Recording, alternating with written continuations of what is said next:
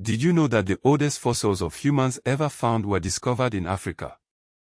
That's right, Africa isn't just a continent, it's the birthplace of us all. Welcome to the Claymation History Channel, where we're digging into some seriously cool stuff about Africa's past. Get ready for an adventure. Our story starts way back, like, way back. We're talking hundreds of thousands of years ago. Scientists have found fossils in places like Jebel Irhoud in Morocco, and Omo Kaibish and Hato in Ethiopia. These fossils are super old, some dating back over 300,000 years. And guess what? They're fossils of early humans, just like us. This means that all humans, no matter where they live or what they look like, can trace their roots back to Africa. Pretty amazing, huh? Now, let's fast forward a bit to ancient Egypt. You've probably heard of the pyramids and the pharaohs, but did you know that ancient Egypt was one of the most advanced civilizations of its time? It all started around 3100 BC when a ruler named Nama united Upper and Lower Egypt. Over thousands of years, Egypt had different periods, like the Old Kingdom, when they built the Great Pyramid of Giza. Can you imagine how long it took to build that? Then there was the Middle Kingdom, and the New Kingdom, which was ruled by famous pharaohs like Hatshepsut, a powerful female pharaoh, Akhenaten, who tried to change the religion, Tutankhamun, also known as King Tut, and Ramesses II, who lived a very long time and built lots of monuments. The Great Pyramid of Giza is not only the oldest of the 7 wonders of the ancient world, but the only one still standing today. Let's head south to the Kingdom of Kush in what is now Sudan. These guys were seriously impressive. They built their own pyramids and even ruled Egypt for a while as the 25th dynasty. Famous Kushite rulers like Pi, Shabaka, and Tahaka were powerful kings who controlled a vast empire. Later, the Kingdom of Meroe became famous for its ironworking skills. They knew their metal. Now, let's sail across the Mediterranean Sea to Carthage, in present-day Tunisia. Carthage was founded by Phoenicians and became a major power, challenging even the mighty Roman Empire. The Punic Wars between Carthage and Rome were epic battles for control of the sea. Sadly, Carthage was eventually destroyed by Rome, but its story is one of courage and determination. Let's journey west now, to West Africa, where we find the Ghana Empire. Now, this isn't modern-day Ghana, but a powerful kingdom that flourished from the 6th to the 13th centuries in parts of what is now Mauritania and Mali. The Ghana Empire got super rich by controlling the trade of gold and salt across the Sahara Desert. Gold was like treasure, and salt was super important for preserving food. Next up is the Mali Empire, which rose in the 13th century. It was founded by Sundiata Keita, who won the Battle of Karina. But the most famous ruler of Mali was Mansa Musa.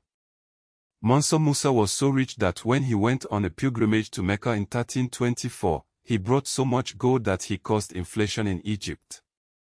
The Mali Empire included important cities like Timbuktu and Djenné, which were centers of learning and culture.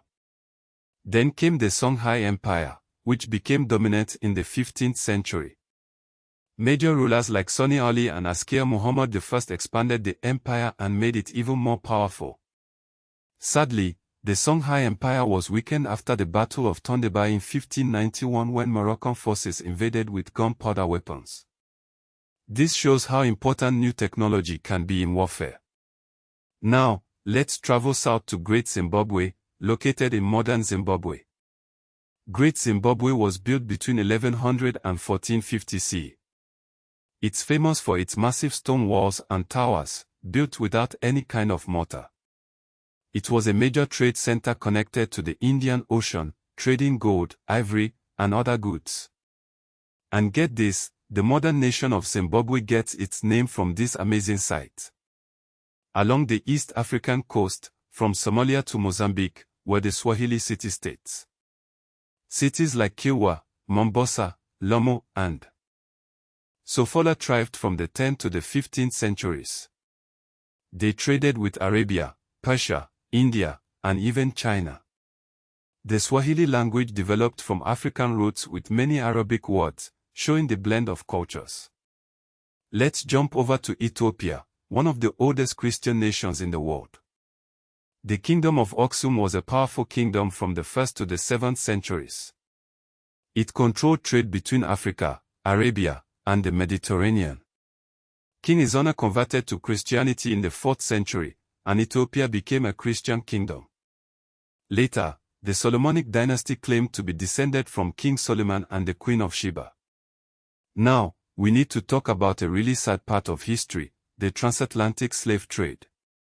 This began in the 15th century and continued into the 19th century. Millions of Africans were forcibly taken from their homes and shipped across the Atlantic Ocean to be enslaved in the Americas. It's estimated that about 12.5 million Africans were embarked, and about 10.7 million survived the journey. This was a terrible time in history, and it had a devastating impact on African societies. Many African societies were destabilized by slave raiding, warfare, and European coastal trading systems. It's important to remember this history so that we can learn from it and make sure it never happens again. In the late 19th century, something called the Scramble for Africa happened. European countries rushed to colonize almost all of Africa. The Berlin Conference of 1884-1885 was a meeting where European powers divided up Africa among themselves. By 1914, almost all of Africa was under European control, except for Liberia and Ethiopia. Colonial powers like Britain, France, Belgium, Portugal, Germany, Italy, and Spain ruled African territories.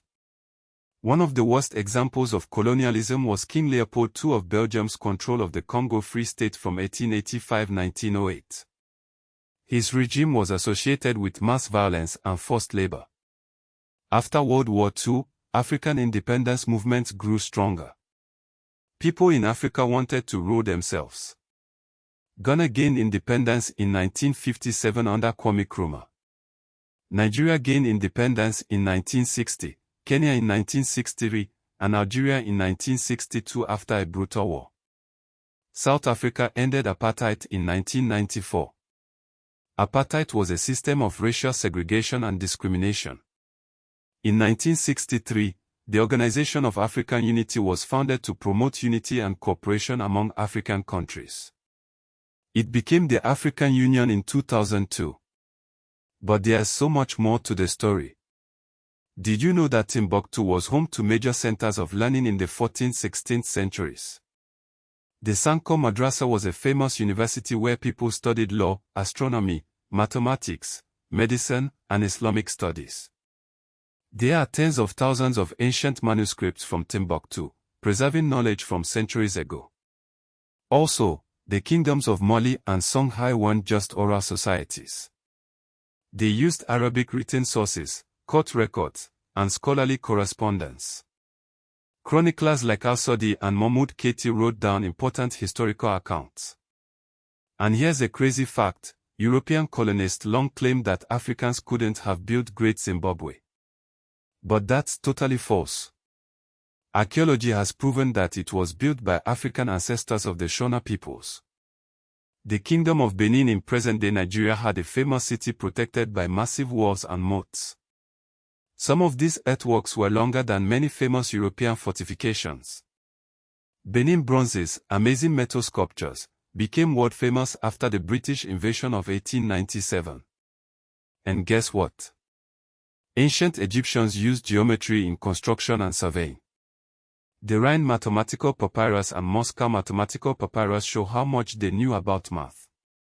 African trade connected the Sahara Desert, the Red Sea, the Indian Ocean, and the Mediterranean Sea. Goods like gold, salt, ivory, copper, cloth, beads, and enslaved people were traded across these networks. Africa wasn't isolated. The Swahili coast relied on monsoon winds to trade with Arabia and India.